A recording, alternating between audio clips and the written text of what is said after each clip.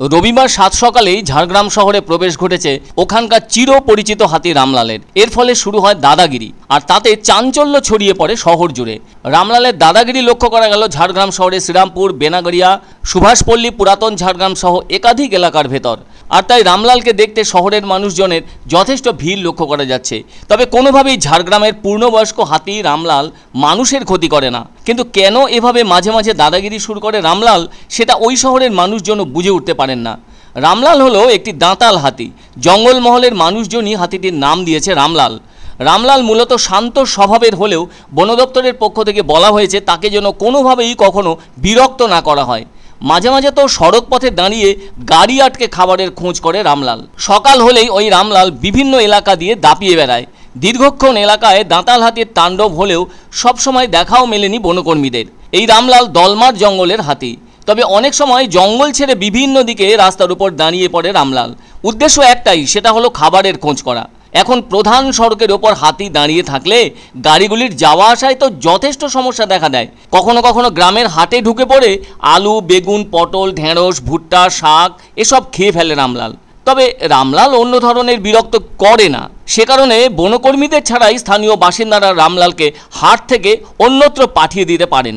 মনে রাখা দরকার, ঝাড়গ্রাম জেলা জুড়ে বছরের বেশিরভাগ সময় হাতির তাণ্ডব অব্যাহত। বনকর্মীরাও চেষ্টা চালিয়ে হাতিদের জঙ্গলে ফেরত পাঠিয়ে থাকেন। একবার তো ঝাড়গ্রাম ব্লকের লবকো, শিরসি, অমলাচটি ও চণ্ডীপুর এলাকায় 35টি হাতি দারুণ সমস্যার সৃষ্টি করেছিল। সেই সব সমস্যার হাত থেকে বাদ যায়নি মাঠের ফসলও। ঝাড়গ্রাম জেলাটির আয়তন মূলত প্রায় 3037.64 বর্গ কিলোমিটার। 2017 সালে 4 এপ্রিল পশ্চিম মেদিনীপুর জেলা থেকে বিভক্ত হয়ে ঝাড়গ্রাম জেলার জন্ম হয়েছে। ঝাড়গ্রাম মূলত বিখ্যাত হয়ে আছে শালবন, হাতি, প্রাচীন মন্দির এবং রাজপ্রাসাদের জন্য। বলা যায় সম্পূর্ণ আদিবাসী অধ্যুষিত জেলা এই ঝাড়গ্রাম। এই রাজ্যের 22তম জেলা হলো ঝাড়গ্রাম। কলকাতা থেকে ঝাড়গ্রাম জেলার দূরত্ব 173 কিলোমিটার। এই জেলার গুরুত্বপূর্ণ নদী বলতে আছে কংসাবতী, তারাফেনী, সুবর্ণরেখা এবং দুলং। তবে এই জেলার ভেতর 10টি যে পরিচিত হাতি আছে, তার মধ্যে রামলাল জেলার মানুষের কাছে সবচেয়ে বেশি পরিচিত হাতি। সেজন্য রামলালকে দেখা যায় কখনো কখনো গৃহস্থের বাড়ির উঠোনে, আবার পানীয় জলের কলের সামনে শুঁড়ে করে জল খেতে, কখনো দেখা যায় জাতীয় সড়কের উপর ট্রাক থামিয়ে চাল খাওয়ার দৃশ্য। রামলালের চেহারা যথেষ্ট বড়, আর ঝাড়গ্রামের জঙ্গলে অবাধ বিচরণ রামলালের। একবার তো ফুড কর্পোরেশনের গুদামের ভেতরে ঢুকে মজুদ চাল খেয়ে ফিরে গিয়েছিল জঙ্গলে।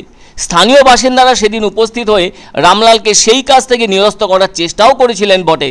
রামলাল কিন্তু স্থানীয়দের ওই বাধা দেওয়াকে পাত্তাও দেয়নি সেদিন। শেষটায় বন দপ্তরের কর্মীরা রামলালকে ওখান থেকে সরিয়ে দিতে সমর্থ হয়েছিলেন। একটা কথা কিন্তু সমগ্র ঝাড়গ্রামবাসীদের মনে আছে রামলাল হাতি সম্পর্কে। সেটা হলো এই যে রামলাল ছোট থেকে এত বড় হলো এবং পূর্ণবয়স্ক হলো, কোনোদিন কোনো মানুষের ওপর বিন্দুমাত্র রাগ দেখায়নি। ওর শান্তশিষ্ট স্বভাব লক্ষ্য করে রামলালের সামনে কলা, মূলো এসব খাদ্য এগিয়ে দেন মানুষজন। কখনো আবার বালতি ভর্তি জলও দেওয়া হয়ে থাকে এগিয়ে। তবুও রোজ বিতরণ করতেই ভালোবাসে রামলাল।